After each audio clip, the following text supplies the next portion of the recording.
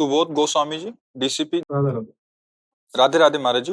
वंदनीय गुरुदेव, आपके चरणों में कोटि कोटि प्रणाम।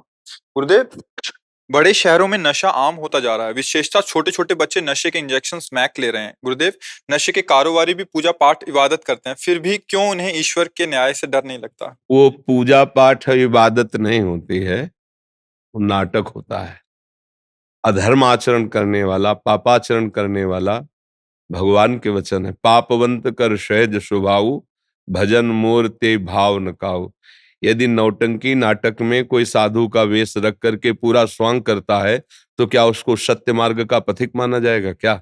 आप विचार करके देखिए, नाटक में उसने साधु का स्वांग लिया है और पूरा वो साधु का स्वांग कर रहा है, तो क्या वो सत्य मार्ग का पथिक माना जाएगा क्या? क्या वो भगवदी आदर्श पुरुष हो सकता है क्या? नहीं ना।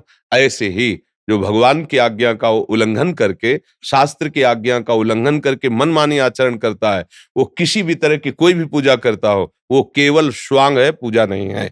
सत्य पर चलने वाला एक भी फूल ना चढ़ाए तो उसके पांचों प्राण भगवान में समर्पित हैं और वो सच्चे पूजा कर रहा है भगवान की। भले वो फूल चंदन न चढ़ाता हो, लेकिन वो सत्य पे चलता है, वो सच्चा पुजारी है। और असत्य आचरण, पाखंड, बेविचार, नाना प्रकार के दोष करता है और बड़ी बड़ी आरती पूजा, तो बिल्कुल वो पूजा नहीं, वो नौटंकी का स्वांग है।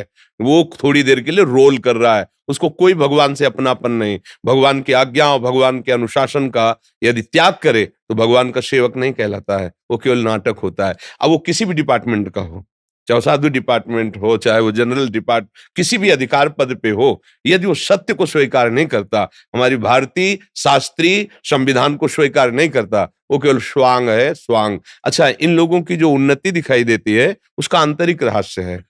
हमारे भागवतिक विधान का एक नियम है कि जैसे आप अच्छे कर्म शुरू करो, बहुत धर्म से चलना, नियम से चलना, अब आपका पाप कर्म आपके ऊपर हावी कर दिया जाएगा, ये विधान है।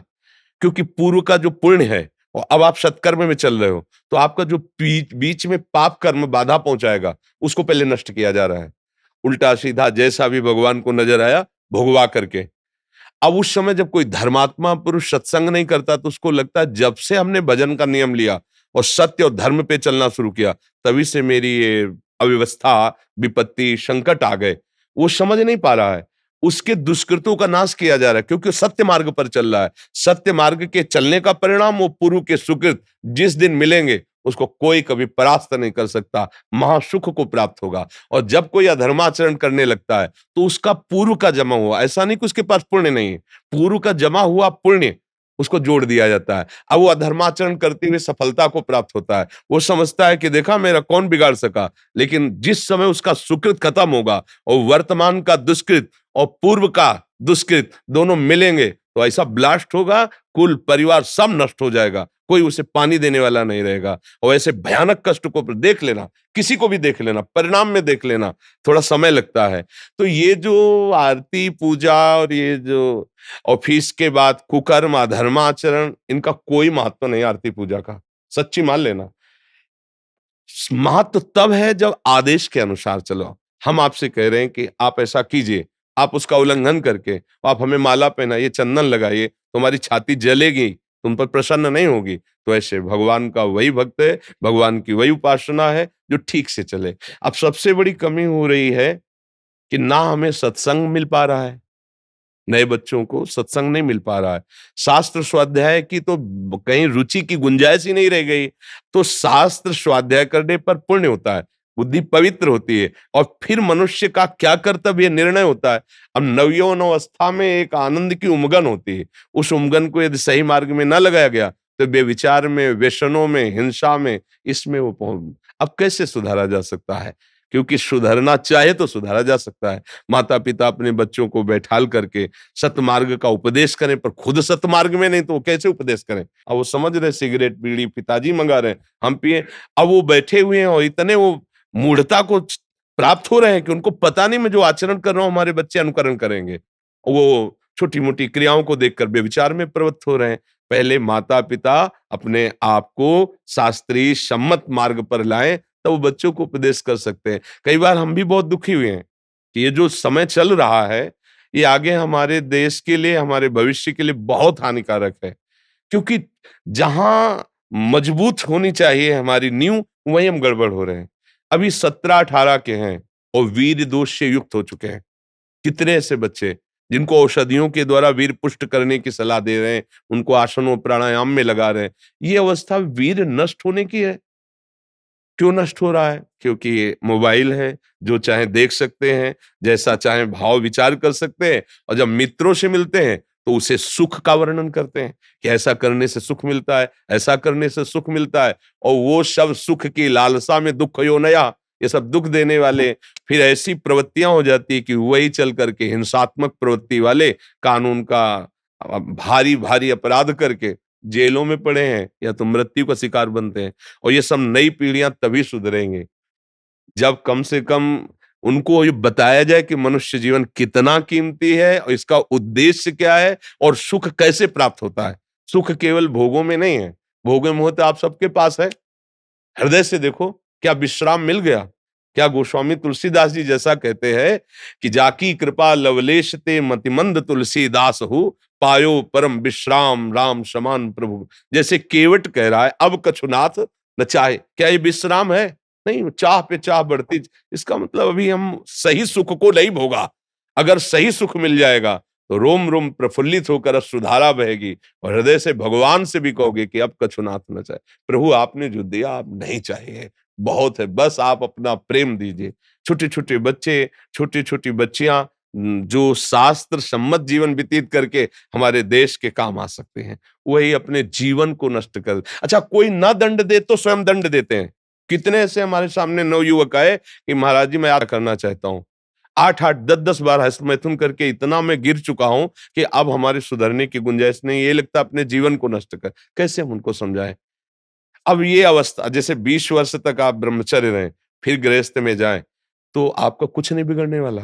जैसे गेहूं की फसल है ना, एक किसानी भाषा में उसे गलेथ कहते हैं। गलेथ माने अभी बाली आ रही है, अब आप काट लीजिए, एक भी दाना आपको नहीं मिलेगा और 1 महीने रुक जाइए। वो परिपक्व दाना हो जाए तो 60 मन, 50 मन उसी में खेत में निकलेगा। ऐसे ही ब्रह्मचर्य की जब ये नवकिशोर अवस्था होती है, इसको ब्रह्मचर्य में रखना चाहिए और जहां वो पाणी ग्रहण संस्कार आदि गृहस्थ में जाए, कुछ नहीं बिगड़ेगा क्योंकि उसका ब्रह्मचर्य पुष्ट रहा है। अब वो अवस्था के अनुसार गृहस्थ का भोग करने के बाद उसे विरति हो जाएगी क्योंकि पहले ब्रह्मचर्य रहा है। अब बुढ़ापे में ब्रह्मचर्य होकर भगवत ध्यान करते हुए वो सही मार्ग। अब शास्त्र और अध्यात्म और ये सब कौन सुनना चाहता है? विचार कौन चलना चाहता है? आजकल का खान-पान, महँगी पिज़्ज़ा, बर्गर, सांसारिक वस्तुएँ, रोटी, दाल, शुद्ध सात्विक भगवान को अर्पित करके पाने वाले बच्चे ही नहीं हैं। उनका संस्कार बन गया है ये, चुट-पुट ऐसे ये सब तमोगुण, रजोगुण प्रकट करते हैं।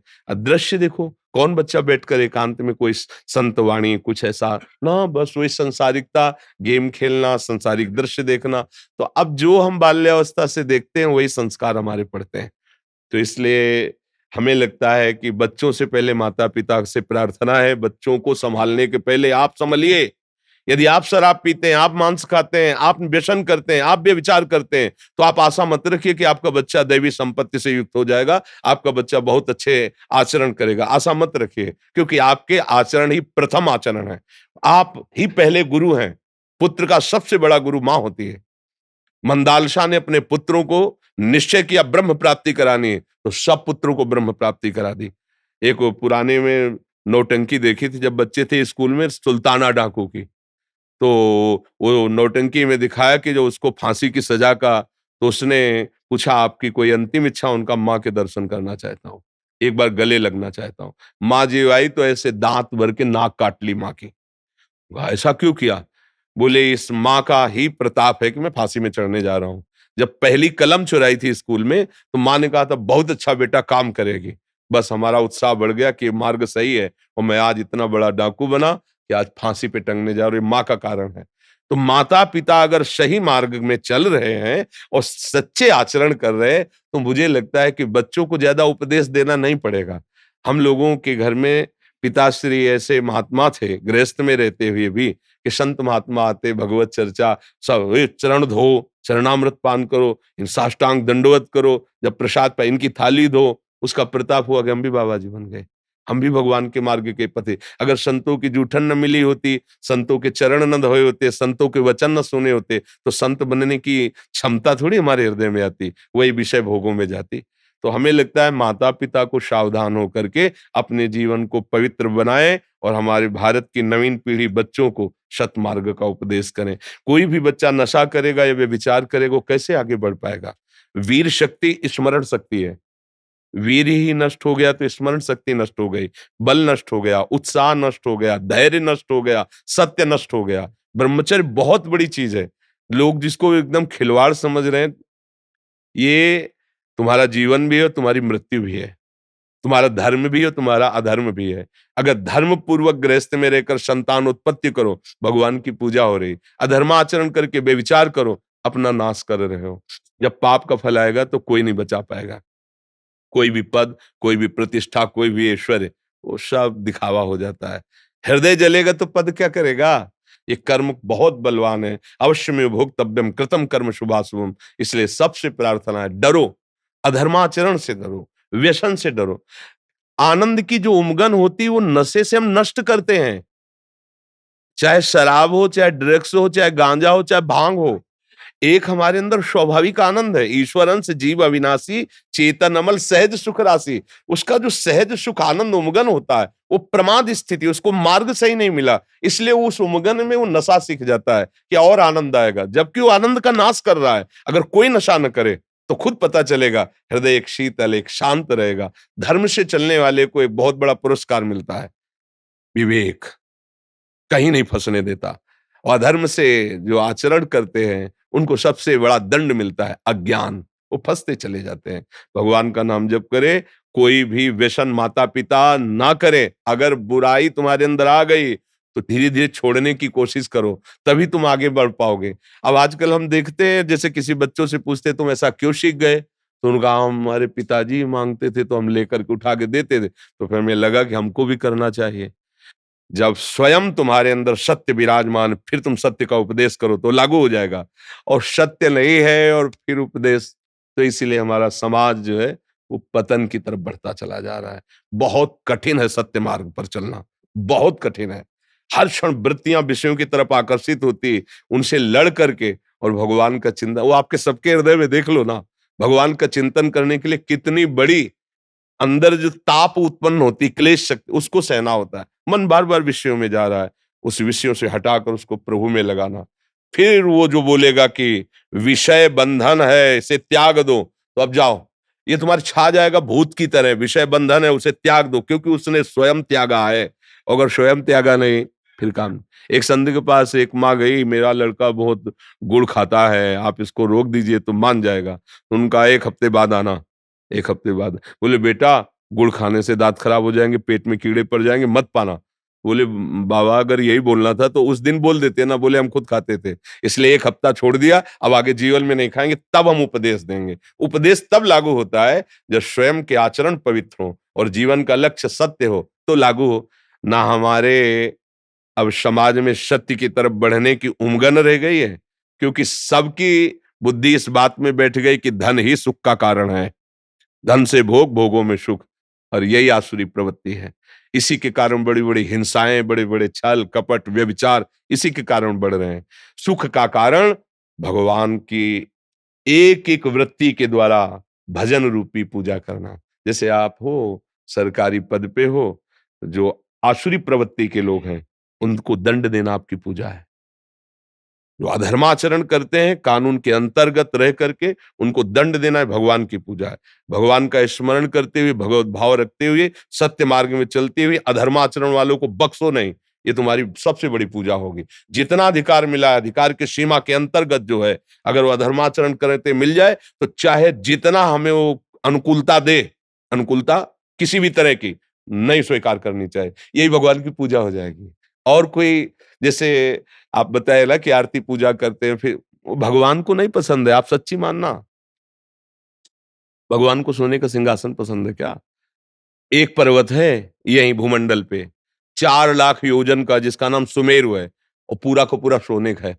4 लाख योजन चौड़ा, 4 लाख रत्न गर्भा पृथ्वी है।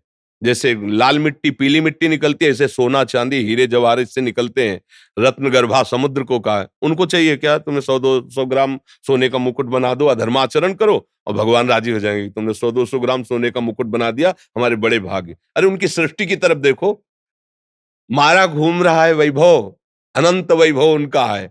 उनको क्या चाहिए, उनकी आज्ञा का पालन करो, सत्य मार्ग पे चलो। तो यह धर्माचरण वाले को लोगों को ऐसा भ्रम रहता है कि बर्फी पेड़ा चढ़ा देंगे, थोड़ा सोना चांदी रुपया पैसा, तो भगवान हमारा बैलेंस बनाए रखेंगे कि हम पापाचरण करेंगे वो हमारी रक्षा करेंगे। कदापि नहीं, भ्रम में ना हो जाए। जैसे किसी को भ्रम रहता है ना कि पापाचरण करूंगा, पैसा कमाऊंगा, उसमें से कुछ हिस्सा साधु महात्माओं को दे दूंगा, वो भजन करते हैं हमारा मंगल हो जाएगा। नहीं, बड़ा भारी हानि होगी। जिनका क्योंकि प्रश्न वो भी है, है। इनका प्रश्न भी है, कुछ दान करके वो अपनी काली कमाई को सफेद करते हैं, क्या ये उचित है? हाँ बिल्कुल, ये बहुत बड़ा दंड है। क्योंकि अगर तुम ये चाहते हो कि अधर्माचरण करके किसी साधु को, तो आपका धर्माचरण का धन जब उसके पास जाएगा तो उसकी बुद्धि भ्रष्ट होगी, और जब उसकी बुद्धि भ्रष्ट होगी तो भजन के त्याग कराने का अपराध और वह धर्माचरण का अपराध मिलकर तुम्हें नष्ट कर देगा। इसीलिए हम कहते हैं, सभा में कई बार कहा है, तुम्हें ठाकुर जी की कसम है, यहाँ कोई भी अधर्माचरण का अर्थ मत चढ़ा देना। क्योंकि पूरा जीवन जिन बच्चों ने अपने भगवान के लिए अर्पित किया है, तो भीख मांगकर ब्रजवासियों के टुकड़े पाकर हमें प्रभु से चाहिए। तुम ऐसा मत सोचना कि यहाँ आकर के अधर्माचरण का रख जाओ, मंगल हो जाएगा। हमारी तरफ से पहले कसम है तुम्हें कि तुम्हारा भी अमंगल होगा, और हमारे अमंगल को तो हमारे भगवान बचाएंगे ही। भीष्म जी सरसैया पर पड़े हुए थे। महाराज युधिष्ठिर ने जब प्रश्न किया और भगवान ने भी प्रोत्साहित किया भीष्म जी को कि उत्तर दीजिए, तब भीष्म जी ने उपदेश शुरू किया, तो द्रौपदी जी ने हंस दिया। भीष्म जी ने कहा, हंसी क्यों बच्चा? तो उनका, पितामह ये प्रवचन मुझे आज अच्छे नहीं लग रहे आपके। क्योंकि सभा में चिल्ला चिल्ला के मैं पूछ रही थी जब मुझे लाया जा रहा था कि महाराज युधिष्ठिर अपने को पहले हारे हैं या मेरे को। सब सभा में बैठे आप भी थे, और मुझे भरोसा था कि अगर आप खड़े हो गए और बोल दिए तो मेरी वो दुर्दशा ना होती जो हो रही थी। बाल खींच के एक वस्त्र रजस्वला में सभा में घसीट के लिए आप कुछ नहीं बोले थे। कहाँ गया ये धर्म का ज्ञान का उपदेश आपका? तो उन्होंने कहा, बेटी मेरी बुद्धि भ्रष्ट हो गई थी, पापी दुर्योधन का पक्ष और अन्न खाने से मेरी 6 महीना बाणों की सैया में पड़ा पड़ा रक्तस्राव हो गया है, भीषण कष्ट पा रहा हूं। अब मैं पवित्र हो गया हूं, इसलिए जो प्रश्न करोगे सही उत्तर दूंगा। उस समय मेरी बुद्धि शुद्ध नहीं थी जो मैं उत्तर दे देता। तो उन्होंने उदाहरण दिया कि एक परमहंस जी जंगल में रहते थे, कंदमूल फल आदि खाते थे। तो एक राजा वहां गया, जब देखा कि वो ध्यानस्थ है तो इंतजार करता रहा। फिर प्रणाम किया और कहा, महाराज कृपा करो, आप जैसे विरक्त महापुरुष हमारे घर में आएंगे तो हमारा गृह पावन हो जाएगा। तीर्थी कुर्वन्ते तीर्थानि, आप जैसे महात्मा चरण रख दें वो स्थान तीर्थ हो जाता है, तीर्थों को भी तीर्थत्व प्राप्त होता है। तो सोचा कि अधिकारी है, शास्त्र ज्ञानी है और संतों पर श्रद्धा करता है, चले गए। महल में गए, सुंदर सुंदर भोग विलास की सामग्रियां सब खाई पी। शास्त्र निषेध करता है, राजन्न का निषेध करता है। वैरागी को उतना ही सात्विक पदार्थ भगवान को अर्पित करके अल्पाहार लघुहार, जिसमें आप ब्रह्मचर्य रह सकें, आपकी बुद्धि शुद्ध रह सके, मतलब जैसे रजोगुणी पुरुष पाते हैं वैसा निषेध किया गया। ऐसा नहीं मनमानी तुम खाओ पियो तो तुम्हारी बुद्धि भजन में लग जाएगी, नहीं। और खा पी के खूब अच्छे से राज सम्मान पा करके आए, भजन में अरुचि, वही महल का चिंतन, वही भोगों का चिंतन। यार कब राजा आएगा कि दोबारा बुलाएगा? अब कंदमूल फल खाने वाले, भजन छूटा, चिंतन राजा का।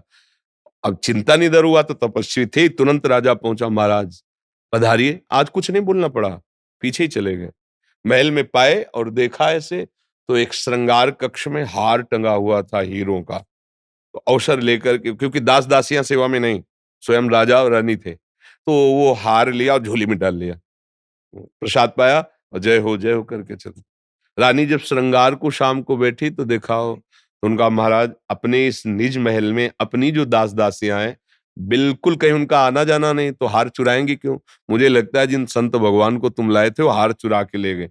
वो कहा, ऐसा मत कहो, हमारे देश के पावन पवित्र संत तुम्हारे हार को क्या करेंगे? तो उनका, महाराज आप कुछ भी कहो, मेरा दृढ़ विश्वास है कि हार आपके संत ले गए।